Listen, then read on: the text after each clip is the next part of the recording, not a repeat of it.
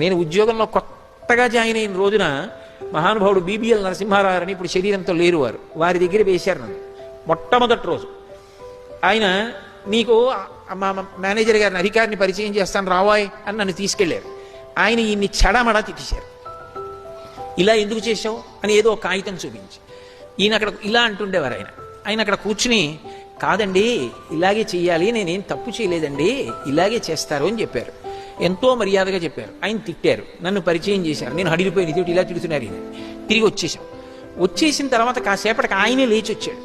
లేచి వచ్చి నరసింహారావు ఏమనుకోపోయి ప్రథమ కోపం, డిస్ట్రిక్ట్ ఆఫీస్కి ఫోన్ చేశాను, నువ్వు చెప్పిందే కరెక్ట్ అలాగే రాయాలట, నేనే తప్పు చెప్పాను, ఆ కాగితం పట్టరా సంతకం చేస్తాను. చిన్నతనం కాదు నాకు తెలియక నేను అడిగాను, ఏమన్నా మరి మీరు చేసింది తప్పు కాదని తెలిసినప్పుడు అలా మాట్లాడతారేంటండి అని అడగరేంటండి మీరు అన్నాను. ఆయన నా వంక సర్రున చూసి అన్నారు, ఆ కుర్చీకో గౌరవం ఉంటుందయ్యా.